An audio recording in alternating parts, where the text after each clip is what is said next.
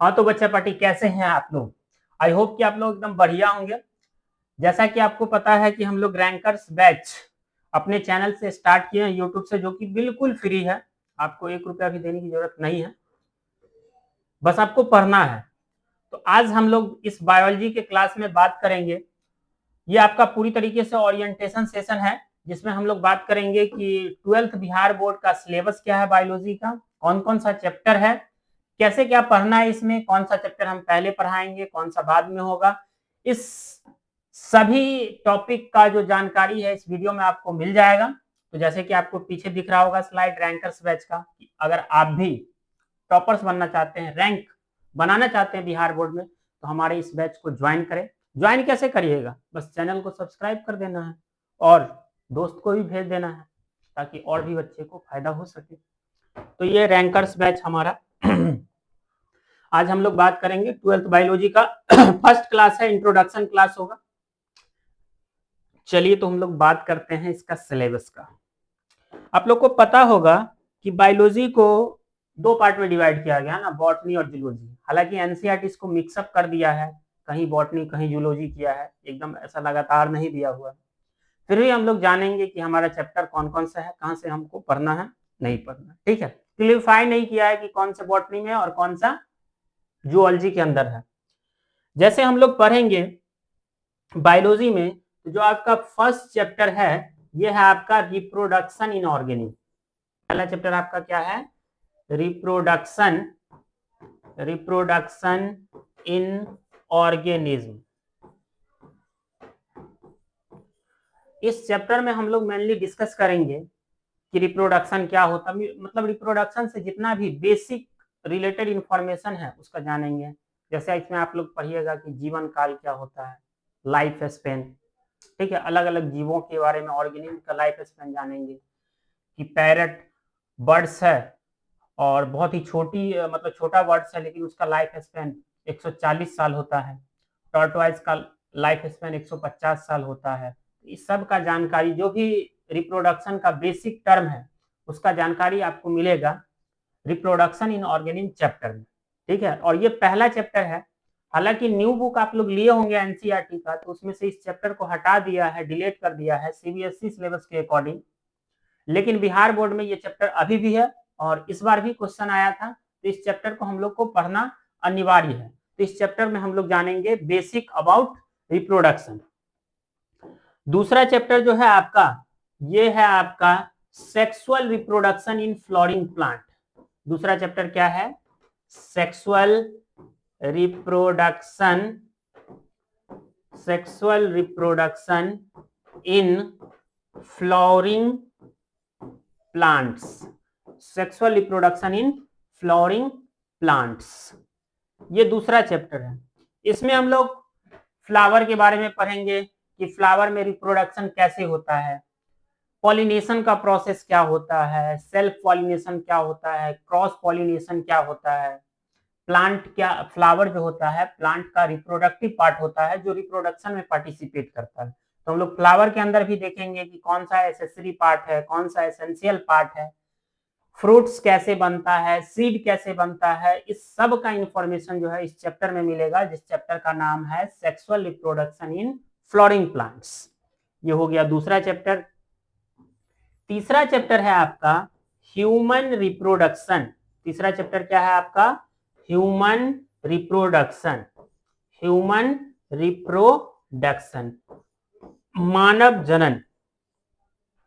Human reproduction में हम लोग क्या बात करेंगे कि हम लोग जानेंगे कि ह्यूमन सेक्सुअली रिप्रोड्यूसिंग ऑर्गेनिज्म है और विविपेरस है।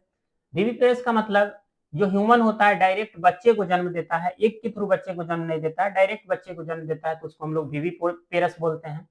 इसमें हम लोग बात करेंगे कि कैसे जाइगोट बनेगा, गैमेट बनेगा, गैमेट का फॉर्मेशन कहाँ होता है, किस ऑर्गन में गैमेट बनता है, फीमेल रिप्रोडक्टिव पार्ट का बात करेंगे, मेल रिप्रोडक्टिव पार्ट का बात करेंगे, फर्टिलाइजेशन का बात करेंगे, फिर मदर के बॉडी के अंदर बच्चे का डेवलपमेंट कैसे होता है, जिसको हम लोग एम्ब्रायनिक डेवलपमेंट बोलते हैं, ये किस तरीके से होता है, 9 मंथ के अंदर बच्चे के अंदर क्या क्या परिवर्तन होता है, जब फर्टिलाइजेशन हो जाता है तो फर्स्ट मंथ में क्या बनता है, बच्चे का हार्ट बनता है, फिर फिंगर, डिजिट्स, ये सब बनता है, पूरा बॉडी ऑर्गन कब कंप्लीट होता है, इस सब का जानकारी जो है आपको मिलेगा ह्यूमन रिप्रोडक्शन में। एकदम डिटेल में हम लोग पढ़ेंगे, तो आप लोग को एकदम टेंशन लेने वाला बात नहीं है, ठीक है। तो इसको हम लोग पढ़ेंगे ह्यूमन रिप्रोडक्शन में।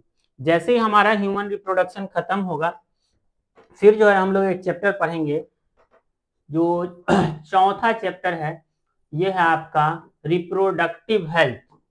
रिप्रोडक्टिव हेल्थ, जैसे आजकल आप लोग जान रहे होंगे कि बहुत तेजी से एड्स फैल रहा है, तो हम लोग को जानना पड़ेगा रिप्रोडक्टिव हेल्थ में कि किस तरीके से एड्स फैल रहा है, क्या रीजन है, सेक्सुअली ट्रांसमिटेड इन्फेक्शन क्या होता है, तो इस सब का जानकारी हमको मिलेगा रिप्रोडक्टिव हेल्थ चैप्टर में। तो इसको पढ़ना है बहुत अच्छे से, और रिप्रोडक्टिव हेल्थ आपको तब समझ में आएगा जब हम लोग ह्यूमन रिप्रोडक्शन के बारे में जानेंगे, ठीक है।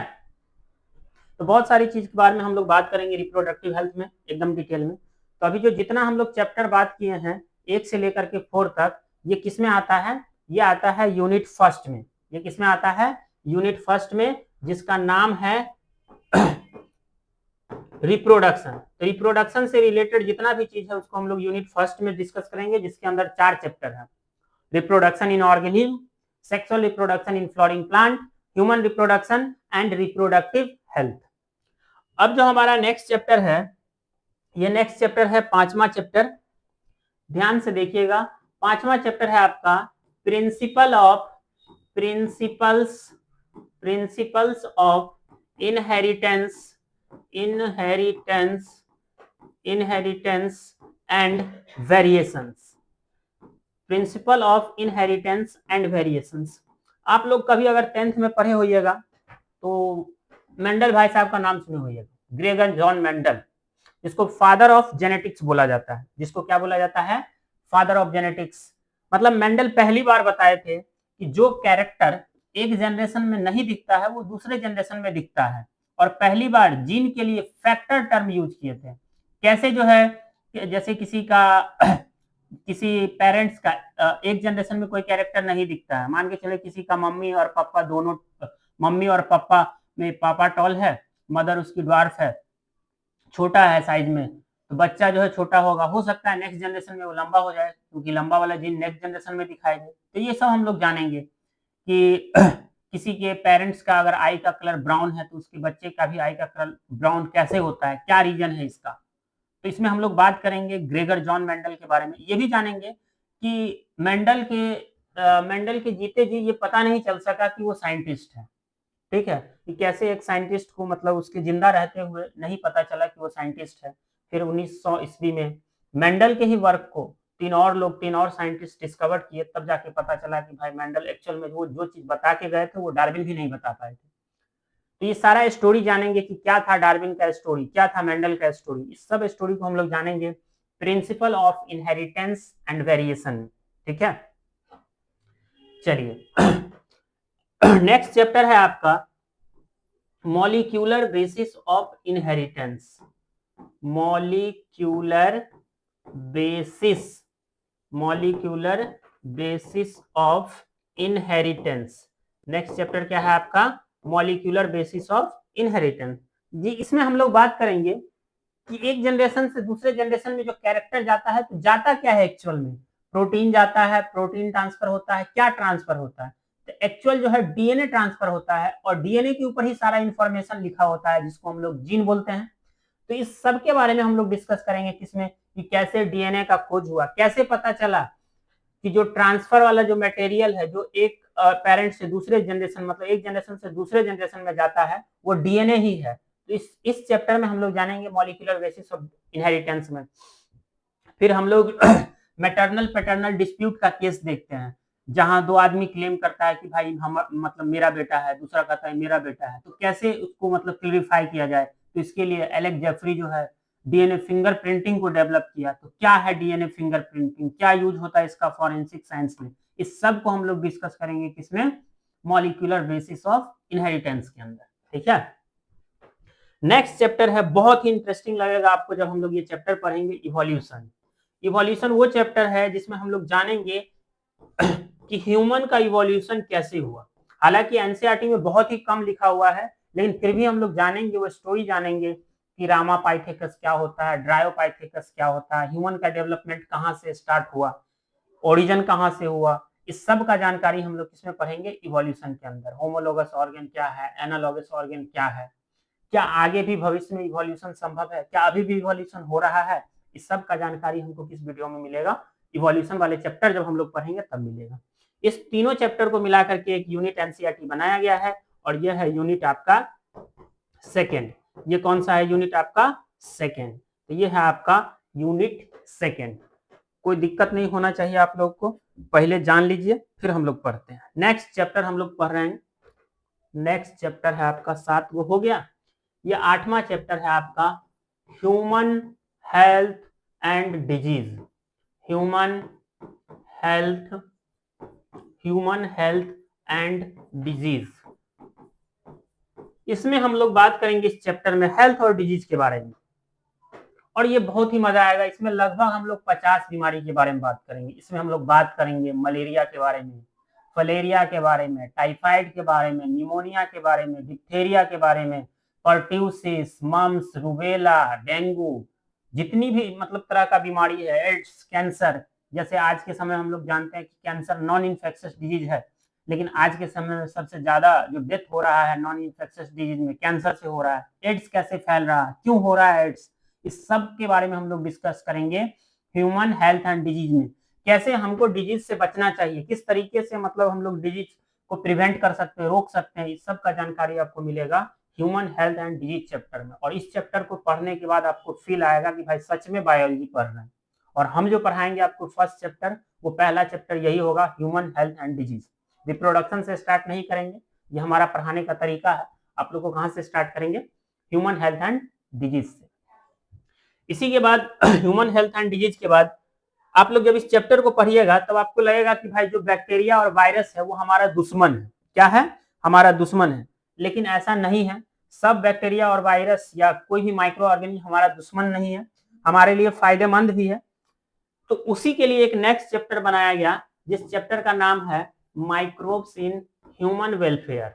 Microbes in human welfare, human welfare. जैसे एक छोटा सा एग्जांपल सभी को पता होगा कि लैक्टिक एसिड बैक्टीरिया क्या करता है। तो लैक्टिक एसिड बैक्टीरिया करता क्या है, जो मिल्क का प्रोटीन रहता है उसको डाइजेस्ट कर देता है और कर्ड बना देता है। और कर्ड आप लोग जानते हैं कि जैसे आप लोग देखते होइएगा कि किसी को अगर दूध नहीं पचता है तो दही पचता है। तो दही पचता क्यों है, क्योंकि वो पहले से पचाया हुआ है। और इसको डाइजेस्ट कौन किया है, इसको डाइजेस्ट किया है लैक्टिक एसिड बैक्टीरिया। जैसे एक ईस्ट होता है सैक्रोमाइसिस सेरिवेसी, जिसको हम लोग ब्रेवर्स ईस्ट बोलते हैं, इसका यूज किया जाता है अल्कोहल के इंडस्ट्री में।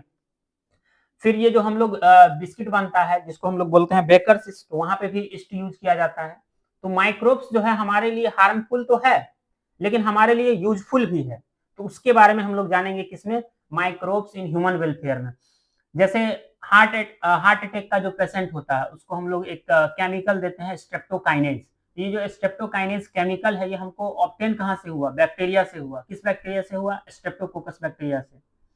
किसी के बॉडी के अंदर कोलेस्ट्रॉल बढ़ गया है तो उसके लिए हम लोग उसको एक मेडिसिन देते हैं स्टेटिन। तो स्टेटिन क्या है, इससे हमको मिला है। जब हम लोग किसी का ऑर्गन ट्रांसप्लांट करते हैं तो वहाँ इम्यूनोसप्रेसिव एजेंट का यूज होता है। इम्यूनोसप्रेसिव एजेंट का सोर्स क्या है, वो भी माइक्रोब्स है। तो माइक्रोब्स हमारे लिए हार्मफुल नहीं है, यूजफुल भी है। बहुत सारा एंटीबायोटिक जो सॉइल बैक्टीरिया से बनाया जा रहा है, इसका मतलब माइक्रोब्स हमारे लिए क्या है, बहुत ही यूजफुल भी है और हार्मफुल भी है। बहुत सारा हार्मफुल भी है और बहुत सारा यूजफुल भी है। तो हार्मफुल के बारे में जब हम लोग ह्यूमन हेल्थ पढ़ेंगे तब पता चलेगा कि माइक्रोब्स हमारा दुश्मन है। लेकिन जब इस चैप्टर को पढ़ेंगे तब हमको पता चलेगा कि माइक्रोब्स हमारा दोस्त भी है। ठीक है, नेक्स्ट चैप्टर है आपका human health and disease, microbes in human welfare. और नेक्स्ट है आपका इनहांसमेंट इन फूड प्रोडक्शन। इनहांसमेंट इन फूड प्रोडक्शन, कि कैसे हम लोग जो है फसल की उत्पादकता को बढ़ाएंगे, किस तरह के वैरायटी को यूज करेंगे। जैसे राइस का सेमी ड्वार्फ वैरायटी होता है जया और रत्ना। जैसे आप लोग कभी अगर आप लोग गोभी का प्लांट लगाए होंगे तो देखे होइएगा हम लोग जाते हैं कहते हैं कि हाइब्रिड वाला बीज दीजिए, है ना। तो ये हाइब्रिड क्या है, क्या मतलब इस हाइब्रिड वर्ड का मीनिंग क्या है, क्यों हम लोग बोलते हैं ऐसा हाइब्रिड वाला प्लांट चाहिए। तो हम लोग जानेंगे कि कैसे वायरस फ्री प्लांट तैयार करेंगे, कैसे बिना केमिकल का यूज किए हुए फसल की उत्पादकता को बढ़ाएंगे। जैसे आप लोग सुने होंगे ग्रीन रिवॉल्यूशन के बारे में। ग्रीन रिवॉल्यूशन किससे रिलेटेड था, व्हीट और राइस के प्रोडक्शन से। हम लोग यहाँ पे बात करेंगे व्हाइट रिवॉल्यूशन के बारे में। मिल्क का जो रिवॉल्यूशन था उसको हम लोग बोलते हैं व्हाइट रिवॉल्यूशन। येलो रिवॉल्यूशन है ना, और फिश के रिप्रोडक्शन प्रोडक्शन से रिलेटेड है, जिसको हम लोग क्या बोलते हैं, ब्लू रिवॉल्यूशन। इस सब का जानकारी कहाँ मिलेगा आपको, इन्हांसमेंट इन फूड प्रोडक्शन। पूरा नाम है इसका strategy for enhancement in food production. ये तीनों चैप्टर मिलाकर के एक यूनिट बनाया गया है, और ये है यूनिट आपका, ये है आपका यूनिट 3, ये है आपका यूनिट 3। आप सभी लोगों को ऐसी चैप्टर का नाम भी लिखना है। ये चैप्टर कितना हो गया, 10। नेक्स्ट है चैप्टर नंबर 11। ये क्या है भाई, तो ये समझिए पूरी तरीका से new science, biotechnology. Biotechnology, principle and process, principle and process. इसमें दो चैप्टर, एक है बायोटेक्नोलॉजी प्रिंसिपल एंड प्रोसेस, और एक है आपका biotechnology, biotechnology and its application, and its application. इसमें हम लोग बात करेंगे कि बायोलॉजी में कैसे टेक्नोलॉजी को यूज करेंगे। जैसे आप लोग जानते होइएगा कि जो डायबिटीज का पेशेंट है उसको हम लोग इंसुलिन देते हैं, तो इंसुलिन हमको एकदम लार्ज अमाउंट, ह्यूज अमाउंट में बनाना है, बहुत ज्यादा बनाना है, तो हम लोग क्या करते हैं, बैक्टीरिया के जीन में हम लोग इंसुलिन वाला जीन को अल्टर कर देते हैं, काट के लगा देते। तो कैसे काट के लगा देंगे, कैंची से नहीं, कोई एंजाइम होगा। तो किस तरीके का एंजाइम होगा, कैसे हम लोग मैनिपुलेट करके डीएनए को मैनिपुलेशन करेंगे, डीएनए फिंगर प्रिंटिंग कैसे डेवलप हुआ, उसका एक्चुअल मेथड जो हमको पता चलेगा बायोटेक्नोलॉजी में। मतलब टेक्नोलॉजी का यूज करेंगे हम लोग बायोलॉजी के अंदर, ठीक है। चलिए, ये दोनों चैप्टर में यही पढ़ना है, टेक्नोलॉजी के बारे में ही। जब हम लोग पढ़ेंगे तब देखेंगे। ये है आपका यूनिट 4, ये है आपका यूनिट 4, और 4 ही है। चलिए नेक्स्ट है आपका हम लोग इकोलॉजी के अंदर आते हैं। इसमें आपका नेक्स्ट चैप्टर है ऑर्गेनिज्म एंड पॉपुलेशन। यहाँ पे हम लोग अलग अलग ऑर्गेनिज्म के पॉपुलेशन का बात करेंगे। पॉपुलेशन एक दूसरे से इंटरेक्ट कैसे करता है, जैसे दो पॉपुलेशन इंटरेक्ट करता है तो हो सकता है दोनों बेनिफिशियल हो। जैसे हम लोग पढ़ते हैं माइकोराइजा, तो माइकोराइजा में कौन रहता है, एल्गी और फंगस, दोनों एक साथ ही रहता है, क्योंकि दोनों को एक दूसरे से फायदा है। तो इस इंटरेक्शन को हम लोग क्या बोलते हैं, म्यूचुअलिज्म। एक होता है पैरासाइटिज्म। पैरासाइटिज्म में दो ऑर्गेनिज्म इंटरेक्ट करता है, लेकिन एक को घाटा होता है और एक को क्या होता है, फायदा होता है। इसको हम लोग क्या बोलते हैं, पैरासाइटिज्म। कॉमेंसेलिज्म, एक को फर्क नहीं पड़ता है, दूसरे को फायदा होता है, तो इसको हम लोग क्या बोलते हैं, कॉमेंसेलिज्म। तो इस सब के बारे में हमको किसमें पढ़ना है, ऑर्गेनिज्म एंड पॉपुलेशन चैप्टर में। साथ ही साथ इसमें हम लोग पढ़ेंगे कि कैसे जो ऑर्गेनिज्म जो अपने बॉडी के टेम्परेचर को टॉलरेट नहीं कर पाता है, वो एक जगह से या तो दूसरे जगह चल जाता है, या अपने बॉडी को हाइड कर लेता है, छिपा लेता है, उस कंडीशन से बचने के लिए, अनफेवरेबल कंडीशन से बचने के लिए। फिर फेवरेबल कंडीशन आता है तो बाहर निकल जाता है। जैसे हम लोग जानते हैं कि स्नेल, स्नेल जो होता है जिसको हम लोग डोका बोलते हैं, वो कब दिखाई देता है, एकदम ज्यादा गर्मी में नहीं दिखाई देगा और एकदम ज्यादा ठंडी में नहीं दिखाई देगा। कब दिखाई देता है, जब उसका फेवरेबल कंडीशन आता है, जब बरसात होता है तब जाके दिखाई देता है। तो इस सब का जानकारी कहाँ पे मिलेगा, ऑर्गेनिज्म एंड पॉपुलेशन में। नेक्स्ट चैप्टर है आपका चैप्टर 14, इकोसिस्टम। इकोसिस्टम, इकोसिस्टम में हम लोग जानेंगे कि एक ऑर्गेनिज्म अपने फूड के लिए कैसे दूसरे ऑर्गेनिज्म पर डिपेंड होता है। चाहे वो फॉरेस्ट का बात करेंगे हम लोग, वाटर बॉडी का बात करेंगे, या टेरेस्ट्रायल इकोसिस्टम का बात करेंगे, वाटर के इकोसिस्टम का बात करेंगे कि कैसे एक फूड चेन से दूसरा फूड चेन लिंक होता है तो फूड वेब बनता है।